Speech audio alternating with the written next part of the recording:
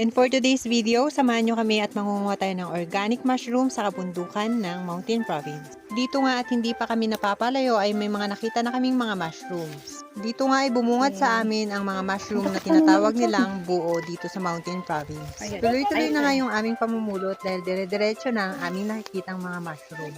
Wala nga kaming lalagyan na dala dahil hindi nga namin plano ang pamumulot ng mushroom ngayon. Dahil nga ang plano lang namin ay kumuha ng mga damo para sa aming mga alagang hayop.